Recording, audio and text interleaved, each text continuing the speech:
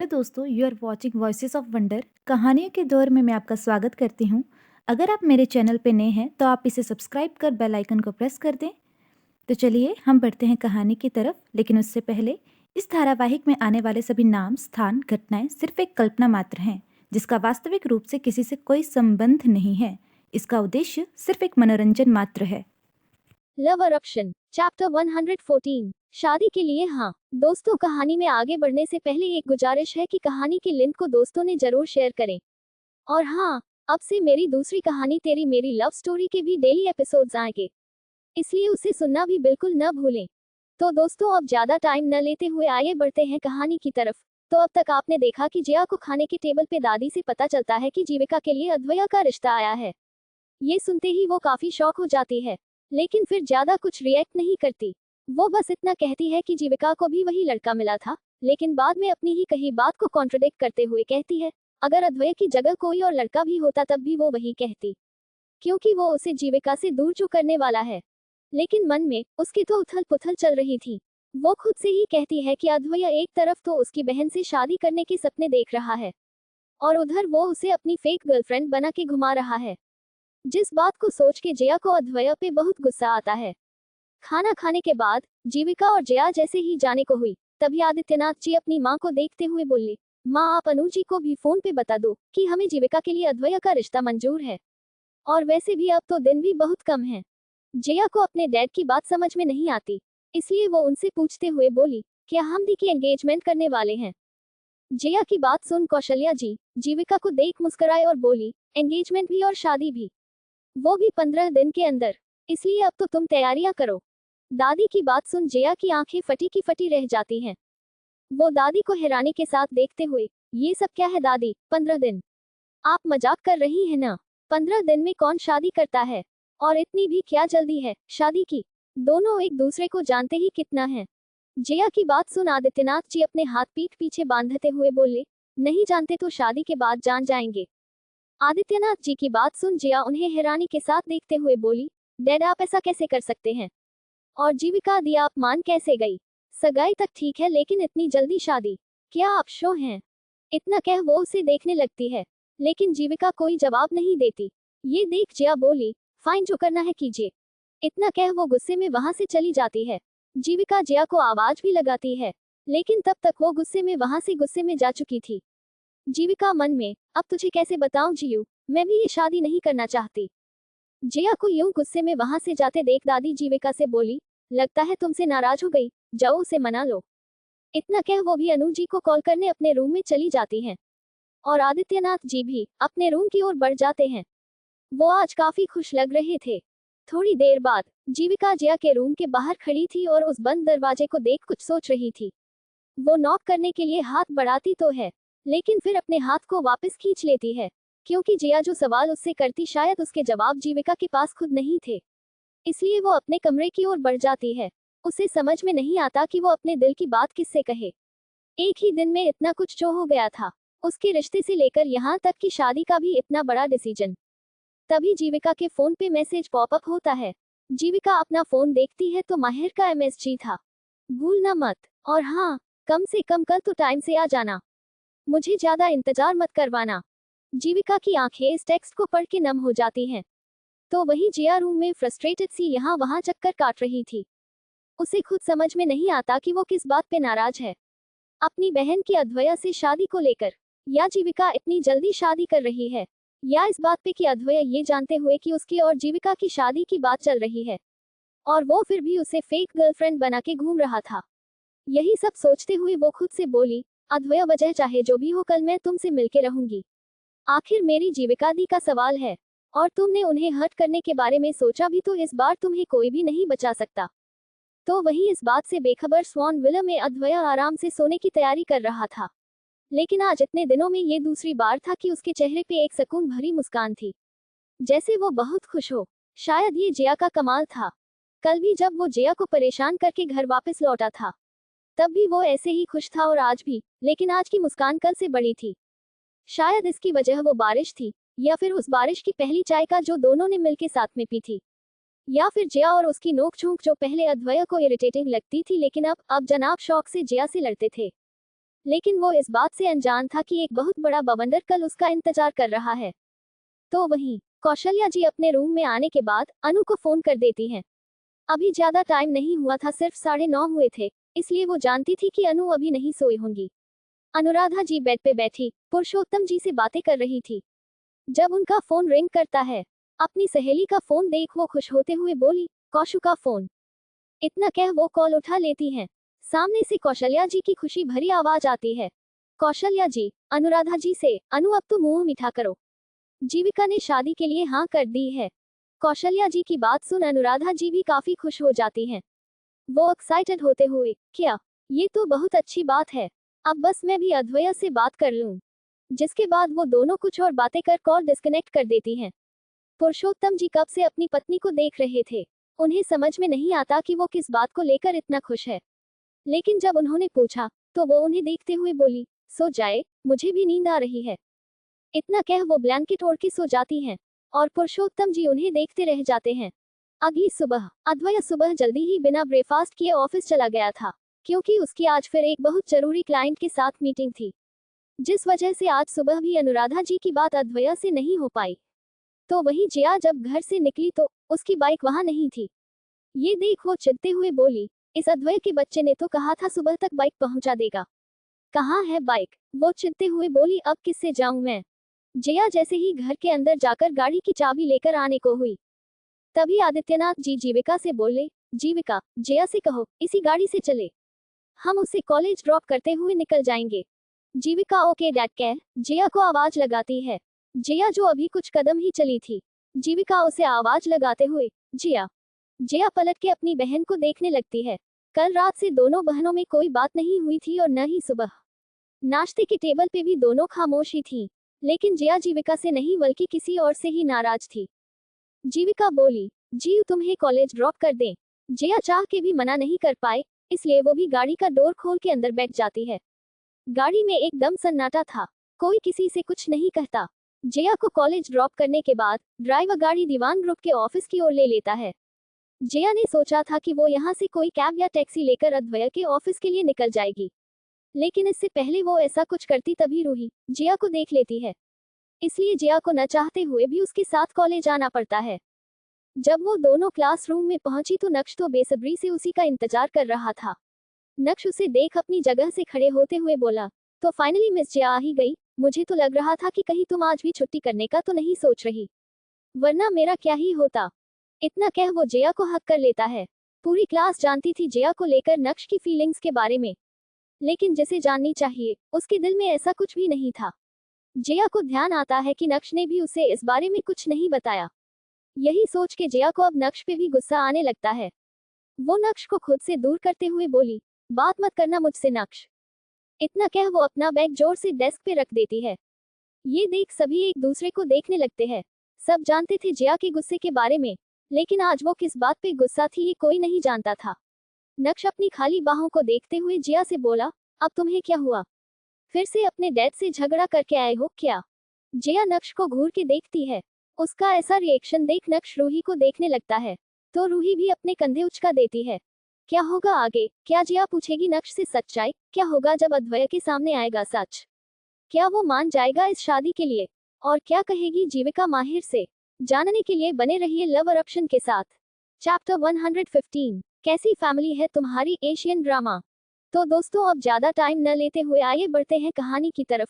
तो अब तक आपने देखा कि आदित्यनाथ जी अपनी गाड़ी से जया को कॉलेज ड्रॉप करते हैं, जिसके बाद उनका ड्राइवर गाड़ी दीवान ग्रुप के ऑफिस की ओर ले लेता है। जया इससे पहले वहां से जाती कि तभी रूही उसे देख लेती है और मजबूरन जया को उसके साथ कॉलेज के अंदर जाने पड़ता है, जहां जया को नक्श पर बहुत गुस्सा आता है क्योंकि उसे लग रहा था कि उसने भी उसे अद्वैया के रिश्ते के बारे में कुछ नहीं बताया। नक्श जो जया के रूड बिहेवियर को देख रहा था, इससे पहले वो कुछ पूछ पाता कि तभी उनके मैथ्स के प्रोफेसर वहां आ जाते हैं। जया आज गुस्से में ही सही लेकिन प्रोफेसर के पढ़ाए हुए को गौर से सुन रही थी और नोट भी कर रही थी, जबकि ऐसा वो कभी नहीं करती थी, स्पेशली मैथ्स की क्लास में। तो वही नक्श चिट्स बना बना के उसकी नोटबुक पे फेंक रहा था ताकि वो उससे बात तो करे, लेकिन जया नक्श को कोई भाव नहीं देती और न ही उसकी तरफ देखती है। ये बात नक्श को और ज्यादा परेशान करती है। तो वही अद्वैया भी पहले तो अपनी फॉरेन क्लाइंट्स के साथ मीटिंग करता है, जो लगभग 1 घंटा चलती है, जिसके बाद वो कॉन्फ्रेंस हॉल की ओर बढ़ जाता है अपने अपकमिंग प्रोजेक्ट्स पे डिस्कस करने के लिए। कॉलेज में बैक टू बैक जिया अपने 2 लेक्चर अटेंड करती है। इस बीच न ही वो रूही से बात करती है और न ही नक्श से। रूही ने भी जिया को ऐसे कभी नहीं देखा था। वो जितनी भी नाराज या गुस्सा हो, वो उससे बात जरूर करती थी। पीछे बैठा वेदांत भी देख सकता था कि जिया जब से आई थी तब से उसका मूड कुछ ऑफ सा है। वो बार बार जिया को देख रहा था। राहुल ये देख वेदांत से बोला, लगता है तुम्हारी पटका आज फटने के मूड में है। बच के कहीं तुम पे ही न ब्लास्ट हो जाए, इसलिए उसे ताड़ना बंद करो। राहुल की बात सुन वेदांत उसे घूर के देखता है और फिर से अपनी नजरें जिया की तरफ कर लेता है, क्योंकि वो जानना चाहता था कि जिया इतनी परेशान क्यों है। नक्श से जब कंट्रोल नहीं हुआ तो वो जिया की नोटबुक बंद करते हुए, अब बताओगी भी आखिर बात क्या है। उनके दूसरे प्रोफेसर क्लास से जस्ट अभी अभी निकले थे और इस वक्त क्लास में सिर्फ स्टूडेंट्स थे जो आपस में बातें कर रहे थे। लेकिन नक्श की ऊंची आवाज से वहां सन्नाटा पसर जाता है। सबको पता चल जाता है कि नक्श और जिया में कुछ तो हुआ है और जिया किसी बात को लेकर उससे नाराज है। तभी जिया भी गुस्से में बोली, तुम्हें नहीं पता क्या हुआ है? ओ प्लीज अब ऐसे प्रिटेंड मत करना जैसे तुम भी कुछ नहीं जानते। नक्श जिया को इतने गुस्से में देख अपनी आवाज नॉर्मल करते हुए बोला, तुम बताओगी तब तो कुछ पता चलेगा ना। सब उन्हें खामोशी के साथ देख रहे थे। नक्श को इतना भोला बनते देख जिया तंजिया मुस्कान के साथ अपने हाथ बांधते हुए बोली, और अब ये मत कहना कि तुम ये भी नहीं जानते कि तुम्हारा भाई शादी कर रहा है। नक्श जिया की बात सुन खुद में बड़बड़ाते हुए, भाई की शादी? यू मीन अद्वैय भाई? और कितने भाई हैं तुम्हारे?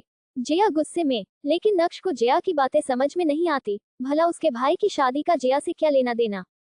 इसलिए वो जिया को सवालिया निगाहों के साथ देखते हुए, मेरा भाई शादी कर रहा है ये तुम्हें कैसे पता चला? और उनकी शादी से तुम्हारा क्या लेना देना है? जिया नक्श की बात सुन चिढ़ते हुए बोली, लेना देना है, क्योंकि उसकी शादी मेरी बहन से हो रही है। मुझे तुमसे उम्मीद नहीं थी नक्श। सबने मुझसे ये बात छुपाई और तुमने भी। इतना कह वो अपना बैग लेकर वहां से निकल जाती है। नक्श अभी भी जिया की बातों को प्रोसेस करने में लगा था। जिया की बहन की शादी अद्वैया भाई के साथ? व्हाट द, ये कब हुआ और मुझे कैसे? वो एकदम से शॉक से बाहर आता है। वो जिया को कुछ एक्सप्लेन करता, इससे पहले ही जिया वहां से जा चुकी थी। रूही नक्श का चेहरा देखकर ही समझ जाती है कि उसे भी इस बारे में कुछ पता नहीं था। लेकिन फिर भी वो नक्श से कंफर्म करते हुए बोली, क्या तुम्हें भी इस बारे में नहीं पता था नक्श? नक्श न में सिर हिलाते हुए रूही से थोड़ा कंफ्यूज्ड एक्सप्रेशंस के साथ, हाँ ये बात सच है कि भाई शादी कर रहे हैं, या शायद नहीं। मुझे नहीं पता वो शादी कर रहे हैं या नहीं। बहुत कंफ्यूजन है यार। फिर वो झल्लाते हुए आगे बोला, लेकिन मुझे सच में नहीं पता कि जिया की सिस्टर और अद्वैया भाई की शादी कब तय हुई। नक्श की बात सुन पिछली सीट पे बैठा राहुल हंसते हुए बोला, कैसे भाई बहन हो यार, एक को बहन की शादी का नहीं पता और दूसरे को भाई की शादी का। राहुल की बात सुन सभी हंस देते हैं। नक्श जो पहले से ही फ्रस्ट्रेटेड था वो उसे घूर के देखते हुए बोला, शट अप यार, यहाँ क्या हो रहा है वो समझ में नहीं आ रहा और तुम्हें सास की तरह ताने देने हैं। नक्श राहुल को देखते हुए बोला। नक्श की बात सुन राहुल का मुंह बन जाता है। वो बोला, हाउ मीन? कल राहुल और नक्श की आपस में काफी सारी बातें हुई थी, जिसके बाद अब दोनों में काफी अच्छी बॉन्डिंग हो गई थी, इसलिए दोनों आज इतना अनफॉर्मली बात कर रहे थे। तो वही जिया कॉलेज से बाहर आ गई थी और अपने लिए टैक्सी देख रही थी। तभी एक टैक्सी उसके सामने आके रुकती है और वो ड्राइवर को टैक्सी एएसआर एंटरप्राइजेस की ओर लेने को कहती है। तो वहीं नक्श, रूही, राहुल, वेदांत और टीना इस वक्त कैंटीन में एक साथ बैठे थे। नक्श ने सारी बात उन्हें बता दी थी जो भी उसके दादाजी ने उसके भाई के साथ किया था। सब हैरान थे कि कोई ऐसे कैसे कर सकता है, ये तो सरासर जाती है। लेकिन उनमें से कोई सबसे ज्यादा शॉक था तो वो थी टीना। वो नक्श को देखते हुए बोली, तो तुम्हारा कहने का मतलब है मुकेम्बो? मेरा मतलब है तुम्हारे दादाजी सारी प्रॉपर्टी चैरिटी में दे देंगे अगर तुम्हारा भाई 15 दिन में शादी नहीं करेगा तो। इतना कह वो नक्श को देखने लगती है। नक्श हाँ में सिर हिला देता है। ये देख टीना जोर से हंस देती है। टीना की बात सुन बाकी सबके होठों पे भी हंसी थी, लेकिन वो सभी मुंह छुपाए हंस रहे थे, क्योंकि उन्हें कहीं ना कहीं नक्श के लिए बुरा भी लग रहा था।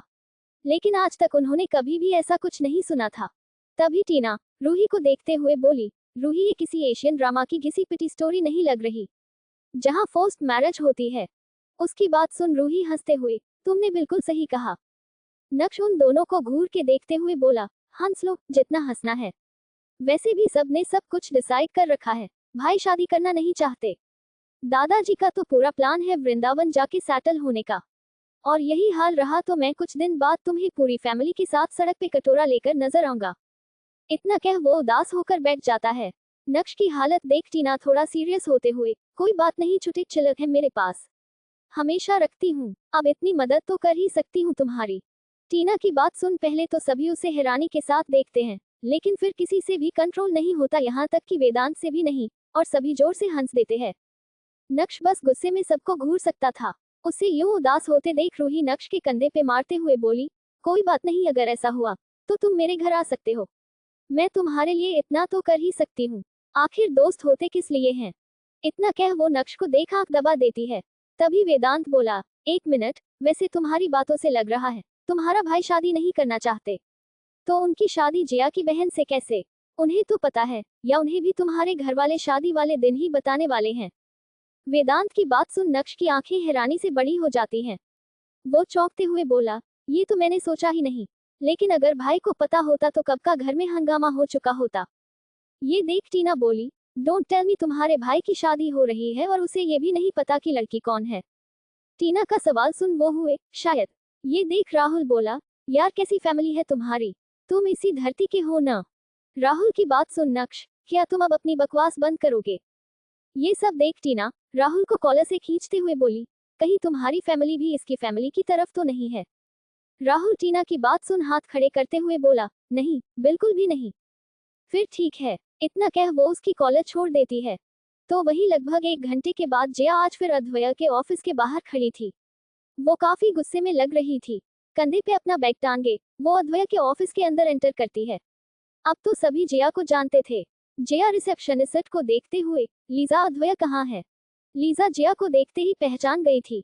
वो उसे देख ग्रीट करते हुए बोली, miss Jaya good morning. Sir office में ही हैं। आप सर की प्राइवेट लिफ्ट से सीधा टॉप फ्लोर में चले जाए, वो आपको वहीं मिलेंगे। जिया रिसेप्शनिस्ट को थैंक्स कह वहां से लिफ्ट की ओर बढ़ जाती है। जिया को देख आज भी ग्राउंड फ्लोर के स्टाफ पे बीच गॉसिप शुरू हो जाती है। इतना तो वो भी समझ गए थे कि जिया कोई कॉलेज गर्ल है। जिया अद्वैया की प्राइवेट लिफ्ट से सीधा टॉप फ्लोर का बटन प्रेस कर देती है। जिया मन में, आज तो मैं तुमसे अपने सवालों के जवाब लेकर रहूंगी। जैसे ही लिफ्ट टॉप फ्लोर पे आके रुकती है, जिया लिफ्ट से बाहर आती है। वो वहां काम कर रहे एक एम्प्लॉय से अद्वैया के केबिन के बारे में पूछती है, लेकिन वो एम्प्लॉय तो जिया को देखता ही रह जाता है। जिया सिंपल से जीन्स टॉप में भी काफी खूबसूरत लग रही थी, ऊपर से उसकी जैकेट जिसके बाजुएं उसके अपनी एल्बो तक पुल की हुई थी। एम्प्लॉय को यूं खोया देख जिया उसके सामने हाथ हिलाते हुए बोली, हेलो मिस्टर, अद्वैया का केबिन। जिया के दोबारा पूछने पे वो एम्प्लॉय बोला, आगे से लेफ्ट। जिया अपने बैग की स्ट्रिप को कंधे पे एडजस्ट करते हुए बोली, थैंक्स। इतना कह वो अद्वैया के ऑफिस की ओर बढ़ जाती है। इस वक्त वहां कुछ गिने चुने ही एम्प्लॉइज थे, और जो वहां थे वो सभी पहली बार किसी लड़की को अद्वैया के केबिन की तरफ जाते देख रहे थे। लेकिन कोई भी जिया की ब्यूटी से अछूता नहीं था। जिया अपने रेगुलर कॉलेज वेयर में भी काफी खूबसूरत लग रही थी। अद्वैया के केबिन के बाहर उसका बॉडीगार्ड रे खड़ा था। रे जिया को पहले से जानता था, जाने क्यों उसे जिया में अपनी फ्यूचर लेडी बॉस नजर आती थी, इसलिए वो उसे देख मुस्कुराते हुए, मिस जिया आप। जिया बोली, मुझे अद्वैया से मिलना है। जिया की बात सुन रे बोला, लेकिन एएसआर तो अंदर नहीं है, वो अभी एक मीटिंग में बिजी हैं। जिया उसकी बात सुन बोली, तो मैं इंतजार कर सकती हूँ, वैसे वो कब तक फ्री होगा। रे जिया को देखते हुए, इसके बारे में तो मैं कुछ कह नहीं सकता, लेकिन आप चाहे तो अंदर बैठ के इंतजार कर सकती हैं। इतना कह वो जिया के लिए केबिन का डोर खोल देता है। जिया अंदर चली जाती है और रे ब्लूटूथ से अपने हेड यानी R1 को इन्फॉर्म कर देता है कि उनकी लेडी बॉस आज फिर ऑफिस आए हैं और बॉस के केबिन में उनका इंतजार कर रही हैं। लेडी बॉस से R1 भी समझ जाता है कि रे किसकी बात कर रहा है। सभी जिया को कोड लैंग्वेज में लेडी बॉस कहते थे। सभी बॉडीगार्ड्स अपने बॉस, मेरा मतलब है कि एसआर के लिए खुश थे कि उनके बॉस की लाइफ में कोई तो ऐसा है जो उनकी टक्कर का है। R1 बोला, ठीक है, एएसआर जैसे ही मीटिंग से फ्री होते हैं मैं उन्हें बता दूंगा, क्योंकि इस वक्त वो कॉन्फ्रेंस रूम के बाहर खड़े थे और जब तक मीटिंग ओवर नहीं हो जाती वो अद्वैया को डिस्टर्ब नहीं कर सकते थे। तो वही जिया जैसे ही अद्वैया के केबिन में एंटर हुई, वो देखती है अद्वैया का केबिन वाकई बहुत बड़ा था, जिसे इंडिया के बेहतरीन इंटीरियर डिजाइनर ने डिजाइन किया था। एक बड़ा सा टेबल, सामने अद्वैया का सिंहासन, मेरा मतलब है बड़ी सी रिवॉल्विंग चेयर, एक तरफ छोटा सा टेबल और 2 बड़े सोफा, लेफ्ट साइड में बड़ी सी ग्लास वॉल जहां से लगभग पूरा भोपाल दिखता था। जिया भी अपना बैग सोफे पे रख उस बड़ी सी ग्लास वॉल के पास चली जाती है और वहां खड़ी होकर सामने का नजारा देखने लगती है। क्या होगा आगे, जब जिया अद्वैय को बताएगी? सच जानने के लिए बने रहिए लव अरप्शन के साथ। And don't forget to like, share and comment. Chapter 116, Jiya के सवाल, अद्वैय हैरान। तो अब तक आपने देखा कि जिया अद्वैय के ऑफिस में पहुंच जाती है। आज उसे वहां रोकने वाला कोई नहीं था, क्योंकि सब उसे देखते ही पहचान गए थे। यहाँ तक कि लीजा उसे अद्वैय की प्राइवेट लिफ्ट लेने को कहती है। जिया जब टॉप फ्लोर ले पहुंची तो वहां सिर्फ कुछ एक एम्प्लॉइज थे, जिसमें से एक जिया को अद्वैय के केबिन तक का रास्ता बताता है। जहां जिया को रे से पता चलता है कि अद्वैय इस वक्त मीटिंग में है, तो जिया उसका इंतजार करने का फैसला करती है। ये देख रे उसे अद्वैय के केबिन के अंदर बैठ के इंतजार करने को कहता है और साथ ही अपने सिक्योरिटी हेड को भी ब्लूटूथ के जरिए इन्फॉर्म कर देता है कि उनकी लेडी बॉस आई है। जिया अद्वैय के ऑफिस के अंदर इंतजार कर रही थी। वो इस वक्त उस बड़ी सी ग्लास वॉल के सामने खड़ी थी, जहां से उसे लगभग पूरा भोपाल शहर दिख रहा था। जिया हाथ बांधे बाहर देखने लगती है, जाने कितना कुछ चल रहा था उसके दिमाग में। तो वहीं बाहर जो 4-5 एम्प्लॉइज थे, उनमें से एक रे से पूछते हुए, ये जो लड़की एएसआर के केबिन में गई है, ये बॉस की कौन है? उसकी बात सुन बड़बोला रे भी मुस्कुराते हुए, बस यूं समझ लो तुम सबकी फ्यूचर लेडी बॉस है। रे की बात सुन वहां खड़े सभी एम्प्लॉइज एक दूसरे को देखने लगते हैं, क्योंकि वो सब जानते थे कि अद्वैय अपने आसपास किसी भी लड़की को फटकने तक नहीं देता। तभी एक के दिमाग में आया, वो रे से पूछते हुए, क्या ये वही लड़की है जिसकी कुछ दिन पहले एएसआर के साथ दे फोटो वायरल हुई थी? तो उसकी बात सुन रे हाँ में सिर हिला देता है। तो वही जिया काफी देर से उसी ग्लास वॉल के पास खड़ी अद्वैय का इंतजार कर रही थी। रे उसके स्नैक्स और कोल्ड ड्रिंक्स लेकर केबिन में जाता है।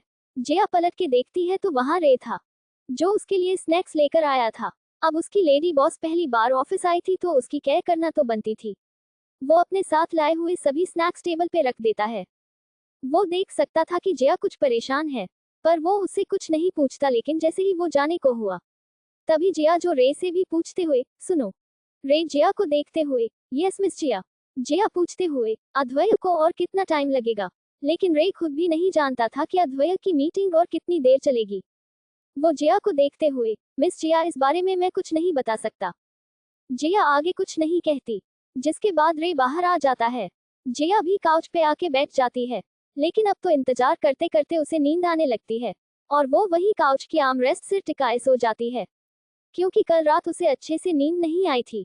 तो वहीं दूसरी तरफ अद्वैय की मीटिंग भी फाइनली खत्म हो जाती है। वो और उसके साथ अमन और सात्विक तीनों एक साथ कॉन्फ्रेंस रूम से बाहर आते हैं, जहां आर1 अद्वैय को ग्रीट करता है और उसे बताता है कि एएसआर मिस जिया आपका केबिन में काफी देर से इंतजार कर रही हैं। आर1 की बात सुन अद्वैय के साथ साथ सात्विक और अमन भी हैरान हो जाते हैं। अद्वैय हैरानी के साथ, वो यहाँ? फिर वो अमन से पूछते हुए, तुमने उसकी बाइक तो पहुंचा दी है ना? अमन, ये एएसआर सुबह ही पहुंचा दी थी, लेकिन जिया उससे पहले ही कॉलेज के लिए निकल गई थी। ऑफिस आते ही उसने सबसे पहले यही काम किया था।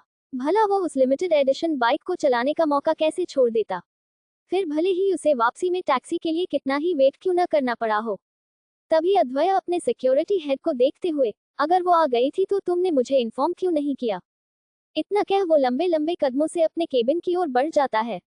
तो वहीं आर1, सात्विक और अमन तीनों एक दूसरे की शक्लें देखने लगते हैं, क्योंकि आज तक अद्वैय ने कभी किसी को भी अपने काम के ऊपर प्रायोरिटी नहीं दी थी। लेकिन आज वो कह रहा था कि उसे इन्फॉर्म क्यों नहीं किया। सात्विक मन में, आज जिया क्यों आए हैं? तभी अमन आश्चर्य के साथ बोला, क्या एएसआर वही कह के गए जो मैंने सुना, या मैं कोई सपना देख रहा हूँ? इतना कह वो अपने बगल में खड़े सात्विक और आर1 को चुटकी काट देता है, जिससे सात्विक और आर1 दोनों को ही दर्द का एहसास होता है। दोनों ही अमन को घूर के देखते हैं। तो ये देख अमन सफाई देते हुए बोला, मैं तो चेक कर रहा था, कहीं ये सपना तो नहीं। ये देख आर1 और सात्विक दोनों ही आंखों में एक दूसरे को इशारा करते हैं और दोनों एक एक पंच अमन के पेट पे धर देते हैं। ऐसा करने के बाद दोनों ही अपने अपने हाथ झाड़ने लगते हैं और अमन अपना पेट पकड़ लेता है। ये देख उनके पीछे खड़े एम्प्लॉइज हंस देते हैं, लेकिन उनके लिए ये कॉमन था। जब भी उनके एएसआर सामने नहीं होते तो उनके बीच कई बार ऐसी नोक-झोंक चलती रहती थी। तो वहीं अद्वैय जब अपने केबिन के बाहर पहुंचा तो वहां रे अब भी बाहर खड़ा था। वो उससे एक बार पूछते हुए, जिया। रे अद्वैय को देखते हुए, एएसआर वो अंदर हैं। अद्वैय जल्दी से केबिन का डोर ओपन करता है, लेकिन जैसे ही वो डोर खोल के अंदर देखता है, तो जया काउच के आर्मरेस्ट पे सिर टिकाए सो चुकी थी। ये देख वो पहले तो हैरान हो जाता है, लेकिन फिर उसे इतनी मासूमियत से सोते देख वो खुद को मुस्कुराने से रोक नहीं पाता। अद्वैया मन में, क्या ये यहाँ सोने आई थी या मैंने इसे कुछ ज्यादा ही इंतजार करवा दिया। इतना कह वो धीरे धीरे जया की ओर बढ़ जाता है। जया ने आज बाल खुले छोड़ रखे थे, वो उसके गोरे गालों पे पहरा कर रहे थे। ये देख उसके पास पंजों के बल बैठ जाता है और गौर से जया को देखने लगता है। वो अपने हाथ को बढ़ा धीरे से उसके चेहरे पे आए बालों को के पीछे करता है ताकि उसके चेहरे को देख सके। जया सोते हुए काफी ज्यादा मासूम लग रही थी। ये देख अद्वैया खुद से ही बोला, सोते हुए एकदम बिल्ली लगती है, लेकिन जगे हुए होने पर दहाड़ना शुरू कर देती है। लेकिन अद्वैया को क्या ही पता था कि आज भी वो उस पे दहाड़ने ही आई है। अद्वैया एक पल के लिए उसके इस खूबसूरत चेहरे में कहीं खोसा जाता है। आज जया ने कोई मेकअप भी नहीं किया था, इसलिए वो कोई नेचुरल ब्यूटी लग रही थी। जैसे ही वो उसके गाल को छूने को हुआ, एक बार फिर उसके सामने उसी लड़की का चेहरा घूम जाता है और वो अपने हाथ को वापस खींच लेता है और उठ के अपनी सीट पे जाके बैठ जाता है। तभी अमन, जो जया से मिलना चाहता था, वो केबिन का डोर नॉक कर हुए। मे आई कम इन, ASR। केबिन में बैठा अद्वैया अमन को घूर के देखता है। अमन को ये समझ में नहीं आता, लेकिन अद्वैया उसे हाथ के इशारे से अंदर आने को कह देता है। तभी अमन बोला, ASR जया। अद्वैया एक गहरी सांस लेते हुए उसे जया की ओर इशारा कर देता है। अमन देखता है जया काउच पे बैठे बैठे ही सो गई है। ये देख अमन के मन में भी वही सवाल आता है जो थोड़ी देर पहले अद्वैया सोच रहा था। वो भी हंसते हुए, ये इतनी दूर आपके केबिन में सोने आई थी। इतना कह वो मुस्कुरा देता है। अद्वैया अमन को देखते हुए, देख के तो ऐसा ही लगता है। इतना कह वो अमन को सवालिया निगाहों से देखने लगता है, जैसे कह रहा हो, वो वहां क्यों आया है। अब अमन बेचारा क्या कहता कि वो तो वहां जया से मिलने आया है। वो अद्वैया को देखते हुए बोला, ASR वो मैं तो, हाँ मुझे याद आया, मुझे सात्विक ने एक फाइल रेडी करने को कहा है, मैं चलता हूँ। इतना कह वो 9-2-11 हो जाता है। तभी अद्वैया की नजर एक बार फिर जया पे चली जाती है। वो उसे देखते हुए मन में, क्या मुझे इसे उठाना चाहिए, कहीं कल की तरह ये मुझसे नाराज ही न हो जाए कि मैंने इसे क्यों नहीं उठाया। यही सोच वो जया की तरफ बढ़ जाता है। पहले तो वो जया को 2 बार आवाज लगाता है, जिया जिया, लेकिन जया नहीं उठती। ये देख वो खुद से ही बोला, ये तो उठी नहीं रही। खुद से इतना कह वो थोड़ा झुक के उसकी बाजू को धीरे से हिलाते हुए एक बार फिर आवाज लगाता है। जया अब की बार उसके हिलाने से झट से उठ जाती है। तभी उसकी नजर ठीक अपने ऊपर झुके हुए अद्वैया पे जाती है। ये देख जया को कुछ समझ में नहीं आता और वो जल्दी से खड़े होने लगती है, जिससे उसका सिर अद्वैया के सिर से टकरा जाता है। जया की एकदम से आ निकल जाती है और दोनों ही अपना अपना सिर पकड़ लेते हैं। जया वापस से अपनी जगह पे बैठ गई थी। अद्वैया अपना सिर सहलाते हुए बोला, पागल हो गई हो क्या। जया भी अपने सिर को सहलाते हुए, ये तो मुझे तुम्हें कहना चाहिए, तुम मेरे ऊपर झुक के क्या कर रहे थे। अद्वैया देखता है जया अब भी अपने सिर को सहला रही थी। ये देख अद्वैया को उसकी चिंता होती है। वो उसका हाथ पकड़ते हुए, बहुत जोर से लगी क्या। उसकी आंखों में जया के लिए परवाह थी। जया इससे पहले अद्वैया की परवाह के चलते बहक जाती। वो उसके हाथ से अपना हाथ खींचते हुए अपनी जगह से खड़े होते हुए बोली, मैं बिल्कुल ठीक हूँ मिस्टर अद्वैया। अद्वैया जया की आंखों में खुद के लिए रूखापन देखता है। तभी जया अद्वैया को देखते हुए बोली, वैसे कमाल की एक्टिंग कर लेते हो अद्वैया, मानना पड़ेगा, 15 दिन में शादी कर रहे हो और मुझे बताया तक नहीं। अद्वैया जया की बात सुन एकदम से हैरान हो जाता है। उसकी आंखें आश्चर्य में बड़ी हो जाती हैं। वो उससे पूछते हुए, तुम्हें कैसे पता चला। अद्वैया की बात सुन जया तंजिया हंसते हुए, क्या बात है, मतलब तुम सच में नहीं चाहते थे कि मुझे पता चले। अद्वैया को समझ में नहीं आता कि जया उससे ऐसे बात क्यों कर रही है। अगर को 15 दिन के अंदर शादी कर भी रहा है तो क्या वो उससे सवाल करने वाली होती कौन है। अद्वैया उसे देखते हुए, तो क्या फर्क पड़ता है मैं शादी कर रहा हूँ या नहीं। ये देख जया उसकी कॉलर पकड़ते हुए बोली, एक तरफ मेरी बहन से शादी करने जा रहे हो और दूसरी तरफ मुझे अपनी फेक गर्लफ्रेंड बना के घुमा रहे हो, आखिर तुम्हारा इरादा क्या है। उद्धरण चिन्ह। जया की बात सुन अद्वैया तो एकदम ब्लैंक ही हो जाता है। उसे ऐसा लगा जैसे उसने कुछ गलत सुना। वो चौंकते हुए, व्हाट, अब क्या होगा आगे, क्या होगा अद्वैया का रिएक्शन, जानने के लिए बने रहिए लव eruption के साथ। और हाँ, आपको क्या लगता है, क्या अद्वैया हो जाएगा तैयार जीविका से शादी करने के लिए, कमेंट बॉक्स में जरूर बताएं।